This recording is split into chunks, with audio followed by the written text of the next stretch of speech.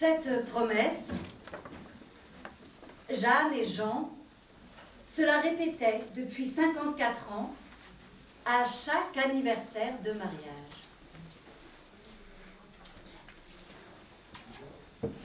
Les invités partis, l'éponge passée, le lave-vaisselle rempli, la serpillière rincée. Ils se blottissaient dans le lit, heureux de retrouver leur intimité et la chaleur réconfortante du corps de l'autre. Jean posait sa tête sur le haut de la poitrine sifflante de Jeanne. Jeanne caressait ses fins cheveux blancs. Ils se redressaient enfin en souriant, s'échangeant de petits baisers d'oiseaux avant de formuler leur promesse rituelle. Pour toujours, susurrait Jean, et à jamais, continuait Jeanne, je t'aimerai jusqu'après ma mort, concluaient-ils ensemble. Le jour de leur mariage, un demi-siècle plus tôt, au moment de l'échange des alliances, Jeanne avait répété, mot pour mot, sous la dictée du prêtre, « Je te prends comme époux et fais vœu de t'aimer dans l'abondance et la pauvreté, dans la joie et la tristesse, dans la maladie et la santé, et de te chérir jusqu'à ce que la mort nous sépare !» En lui passant à son tour la bague au doigt, Jean lui avait chuchoté « Pourquoi la mort devrait-elle nous séparer ?» Le soir même, il s'était fait cette promesse folle, née dans l'esprit hardi de Jean. L'un ne partirait pas sans l'autre. Ils vivraient ensemble et mourraient de même. Une promesse qu'il s'était depuis répétée 54 fois, avec la même solennité. Le jour vint où ce ne fut plus seulement une promesse. Jeanne crut d'abord à un rhume plus tenace que les autres. Jeanne avait toujours eu le souffle court. Un effort suffisait pour que l'air lui manque. Cela avait empiré pendant ses premières années de mariage, au point que Jean ne lui laissait jamais porter la moindre charge. À peine se saisissait-elle d'un sac de course ou d'un plat un peu lourd que Jean accourait vers elle. Jean ne lui permettait pas davantage d'approcher du balai ou de la serpillière. Il se réservait le ménage et portait un soin extrême à la propreté de la maison pour, avait-il l'habitude de justifier devant des invités, épargner la santé fragile de son épouse, sensible à la poussière. Les amis de Jeanne louaient ce mari dévoué, satisfaisant ses besoins avant qu'il ne s'exprime. Elle acquiesçait poliment. Malgré tous les efforts de Jean, l'état de son épouse empira au fil des ans. L'air venait toujours à lui manquer. Personne n'expliquait ce mystère. Ils consultèrent le docteur Canet, leur médecin de famille, qui avait pris de longue date l'habitude de les voir arriver par deux.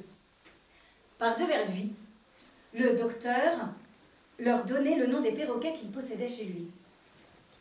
Des inséparables. Il les observait souvent.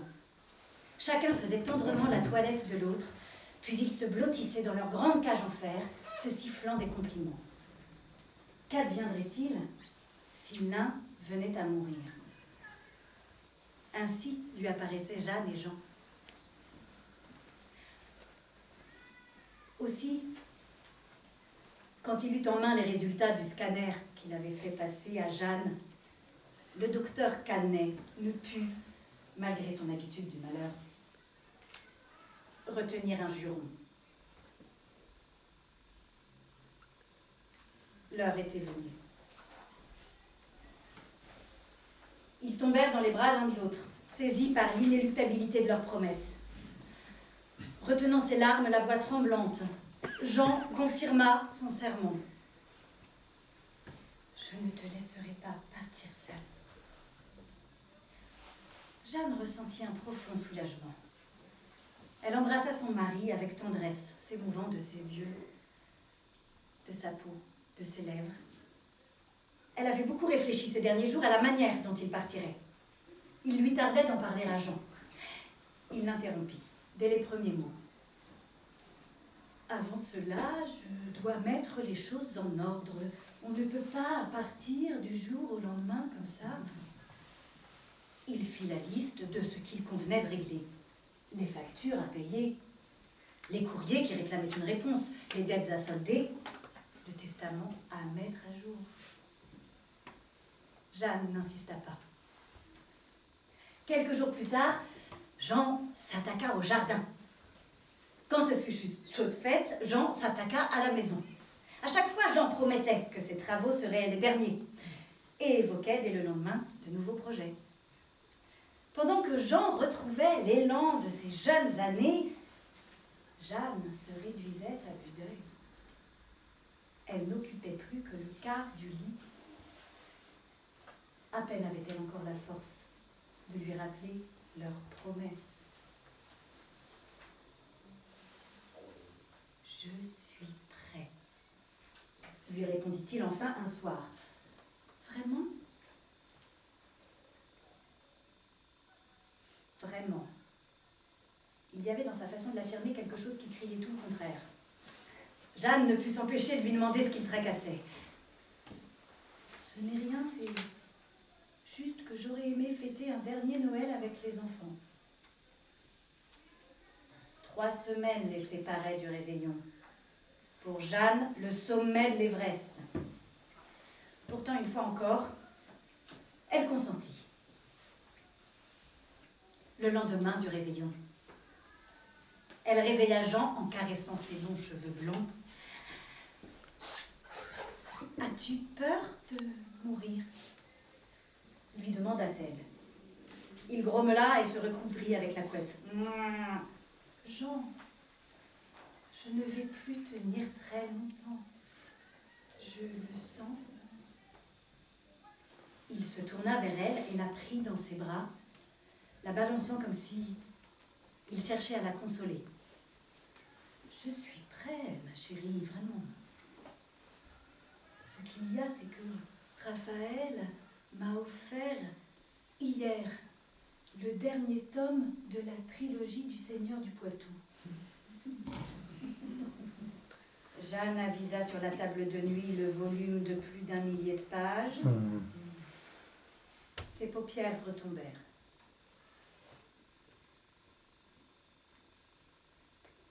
La dernière page du livre claqua comme un coup de fusil. Jeanne ne sortait plus depuis des jours des profondeurs d'un sommeil marécageux. Tout juste releva-t-elle la tête, quand elle entendit le grincement de la porte d'entrée. Jean revint quelques heures plus tard chargé de sacs à pharmacie. Il sortit les comprimés de leurs plaquettes et les écrasa patiemment au fond d'un récipient avant de les mélanger à de l'eau. Il versa les décoctions dans 2 élégants verres à vin et tendit le premier à Jeanne, sans plus de cérémonie. Ils se regardèrent avec effroi. « Est-ce que ça va faire mal ?» demanda Jeanne. « Nous dormirons, c'est tout. » Jean fit teinter son verre contre celui de Jeanne. L'émotion troublait sa voix. « Pour toujours et à jamais, » conclut-elle. Il fallut qu'il l'aide à boire. Le liquide débordait de ses lèvres, coulait sur son menton, salissait le drap blanc.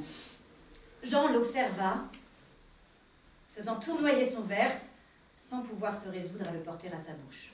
« Ah non. À toi ?» dit Jeanne. Il poussa un long soupir avant d'en avaler une gorgée et de reposer le verre sur la table de nuit. Jeanne le lui tendit pour qu'il le vide complètement, l'encourageant avec des petits mots tendres. Ils s'allongèrent l'un près de l'autre, la main de Jeanne dans celle de Jean, et attendirent la mort en regardant le plafond d'un blanc douteux. Jean pensa qu'il aurait dû le repeindre lui aussi. Jeanne sombra bientôt. Jean voulut retirer sa main, mais malgré l'épaisseur du sommeil de Jeanne, elle le tenait fermement. Il se sentait lourd, englué, entraîné petit à petit vers le fond. Il roula sur le côté et d'un geste brusque s'enfonça 2 doigts au fond de la gorge avant de tomber à 4 pattes sur le sol, hoquetant et vomissant à même le tapis. Il tituba jusqu'aux toilettes et cracha encore un peu de bile. Quand il revint dans sa chambre, il vit le visage de cire de Jeanne. Des larmes lui montèrent aux yeux. Il s'approcha d'elle et lui passa la main dans les cheveux. Les ongles de Jeanne s'enfoncèrent douloureusement dans son bras. « Ensemble !» murmura-t-elle d'un ton résolu. Il n'eut pas le temps de lui répondre. Jeanne enfonça 2 doigts dans sa gorge et un épais geyser recouvrit tout le lit. Ils tombèrent tous deux sur la couverture souillée et perdirent connaissance. Ni l'un ni l'autre ne voulut s'appesantir sur cet échec. Malgré un état de faiblesse accentué par cette tentative malheureuse, Jeanne prit à son tour l'initiative. Elle fit couler longuement de l'eau chaude dans la baignoire, y ajouta du bain moussant, du parfum et descendit à la cuisine. Suivant ses directives, Jean s'installa tout habillé dans la baignoire. Il n'était pas question qu'on les découvre nus, ils partageaient cette même pudeur. Jean eut un mouvement de recul quand il vit Jeanne revenir, un grille-pain à la main. « Ce sont les enfants qui nous l'ont offert », protesta-t-il. Jeanne brancha le grille-pain et le déposa à portée de main avant de le rejoindre dans le bain, habillé de sa robe la plus élégante. « Je ne crois pas », commença Jean. Elle ne le laissa pas finir. D'un geste étonnamment rapide, elle prit l'appareil et le plongea dans le bain. Il ne se passa rien. « Tu ne m'as pas laissé le temps de te dire qu'il ne marchait plus. Un faux contact, je crois. Il faudra que je regarde. » Jeanne sortit du bain, sa robe détrempée, collée à la peau, soulignait son extrême maigreur. Elle fouilla dans les placards, sans prendre garde à l'eau dégoulinant sur le sol. Elle montra d'un geste triomphant à Jean le sèche-cheveux. Il eut une grimace. Elle le brancha à la prise la plus proche et se rassit dans le bain en le gardant en main. Il ne se passa rien. « Tu ne l'as pas allumé », fit remarquer Jean. Jeanne poussa le bouton.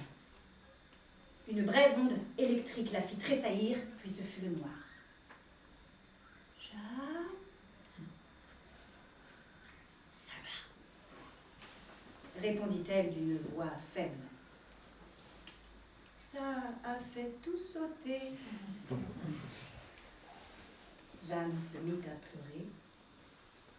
Jean avança vers elle dans le noir à travers la mousse du bain et la prit contre lui, malgré l'odeur de plastique brûlé. C'est à cause du disjoncteur différentiel. On va y arriver, promit-il. Le soir même, ils laissèrent le gaz s'échapper du four et s'installèrent sur le canapé du salon. Ça risque d'être un peu long. Il y a un film en particulier qui te ferait plaisir? Choisis-toi. Leurs mains noueuses s'agrippèrent sur le canapé, 2 fragiles branches affrontant un rude hiver. Et si les enfants venaient sonner maintenant? Qu'est-ce que tu racontes? Imagine la sonnerie, le gaz, l'explosion. Ce sont eux qu'on risque de tuer et peut-être même tout le voisinage avec. Avant que Jeanne ait pu répliquer, Jean ouvrit en grand les fenêtres et aspira l'air du dehors. Il salua mécaniquement le voisin, accoudé à la fenêtre de l'autre côté, et fila dans la cuisine. Puisque le gaz est ouvert, je vais nous préparer quelque chose. Ça m'a donné faim, moi. Le jour suivant, ils débarquèrent à petits pas à la gare de Poitiers. On compte 1, 2, 3, et on y va.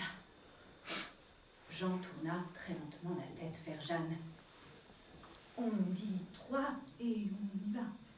Non, on y va à 3. Au bout de la venture du cœur, Répéta l'hôtesse. Les chaussures de Jeanne mordirent la ligne jaune. On y va à 3, répéta Jean. C'est ça. Ils entendirent le grondement mécanique du TGV et virent au loin son implacable gueule bleue foncer vers eux. Jeanne lança le décompte dans les hurlements grinçants de la machine. 1, 2, 3, elle sauta, retenue dans son élan par le bras de Jean. Jeanne ricocha comme une balle en caoutchouc sur la tête du train et retomba violemment sur le quai avec un bruit sec. Jean restait figé, regardant l'agitation autour d'eux sans comprendre. Des voyageurs se précipitèrent, on appelait déjà la police, les pompiers, le SAMU. Jeanne se releva, le visage tuméfié, la lèvre fendue, le nez en sang. « On avait dit à 3 !» reprocha-t-elle. Ils refusèrent qu'on les assiste, bafouillèrent des excuses que personne ne comprit et prirent le large. Quand ils arrivèrent au parking, Jeanne tendit la main vers Jean. « Laisse-moi conduire !» Sa poitrine paraissait près d'exploser. « Mais enfin, Jeanne, dans ton état... laisse-moi conduire, je te dis !»« Mais tu n'as pas conduit depuis 20 ans. Raison de plus !» répliqua Jeanne en lui arrachant la clé des mains. Quand ils arrivèrent aux abords de la Boivre, Jeanne accéléra encore. La voiture frôla 2 arbres et plongea un peu avant le pont sur lequel il s'était tant de fois penché pour admirer le tumulte des eaux. La voiture flotta un court moment avant de s'enfoncer. L'eau rentrait de toutes parts. Des objets oubliés dans les portières, vieilles cartes routières, bombes de dégivrants, rouleaux de papier toilette, se mirent à flotter autour d'eux. Malgré l'eau glaciale montant le long de leurs jambes, trempant le siège, coulant sur leurs manches, Jean n'osa pas bouger. Les roues touchèrent le fond. La sécheresse récente, ayant considérablement réduit le niveau de la rivière, la voiture resta enfoncée à mi-hauteur. Jeanne et Jean restèrent assis sans rien dire, laissant l'eau remplir l'habitacle jusqu'à mi-poitrine.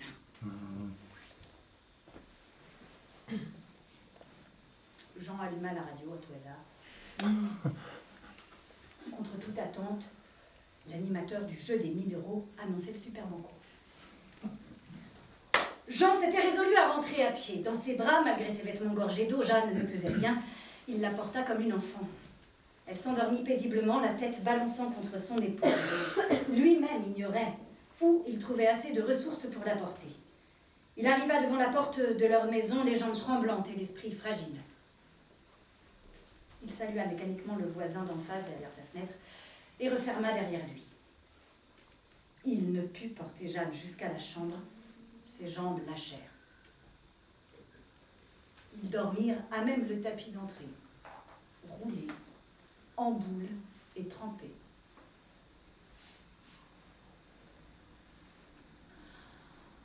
Je pense que j'ai trouvé la solution. Jeanne ne réagit pas. Pour qu'on parte ensemble, je veux dire.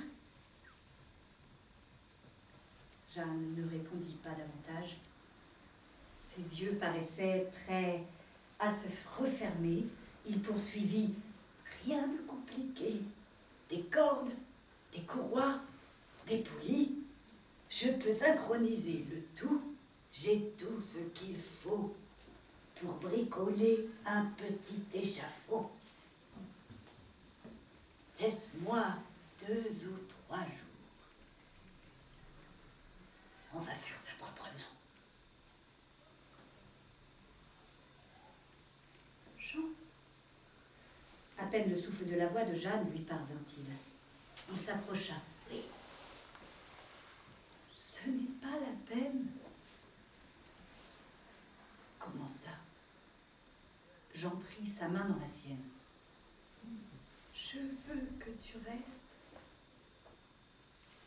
Cette promesse, c'était une folie. Jean ne sut quoi répondre. Il sentait qu'il aurait fallu répliquer, réfuter, mais les mots ne lui venaient pas. Il ouvrit la bouche. Jeanne lui posa un doigt sur les lèvres pour le faire taire. Il la serra contre lui et l'embrassa sur le sommet du crâne, gagné par une émotion aussi douce que douloureuse. Jeanne se rendormit paisiblement contre lui.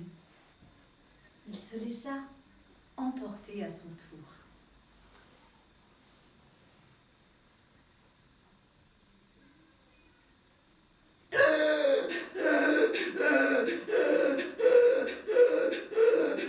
Jean se réveilla 1 heure plus tard en sursaut. La poitrine en feu. Le cœur tambourinant. L'air lui manquait. Il se débattit. Mais ni les coups de poing, ni les brusques ruades ne purent défaire l'emprise de Jeanne, qui maintint de toutes ses forces l'oreiller contre sa bouche.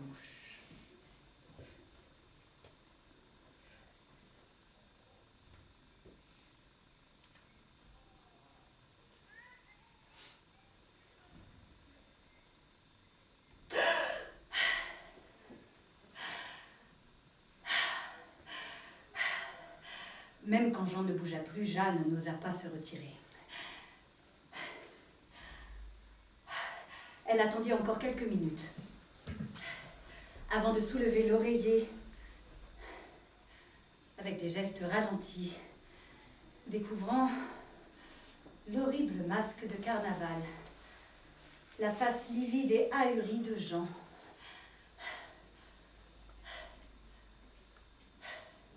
Ses yeux délavés étaient ouverts sur un vide terrifiant.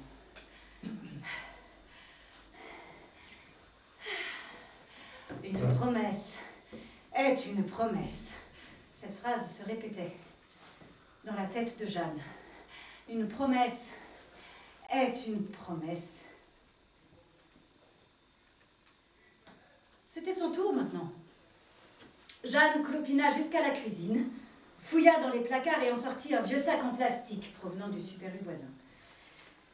Elle se sentait curieusement apaisée.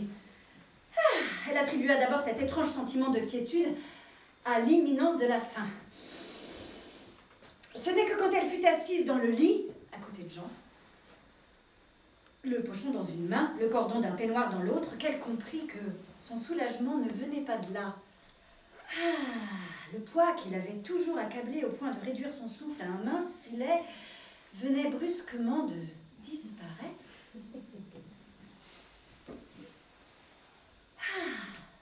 Jeanne se sentait bien.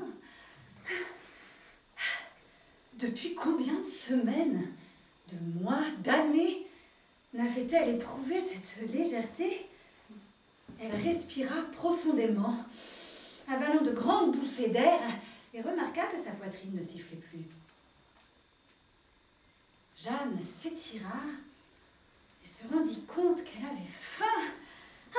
Sans plus y penser, elle abandonna la poche sur le lit et alla se préparer à manger. Elle se fit un banquet d'une boîte de cassoulet et d'une crème au chocolat, des danettes, les préférées de Jean. Elle sortit dans le jardin. Le vent la caressa, souleva sa robe. De l'autre côté de la haie, le voisin la salua. Elle lui renvoya son sourire.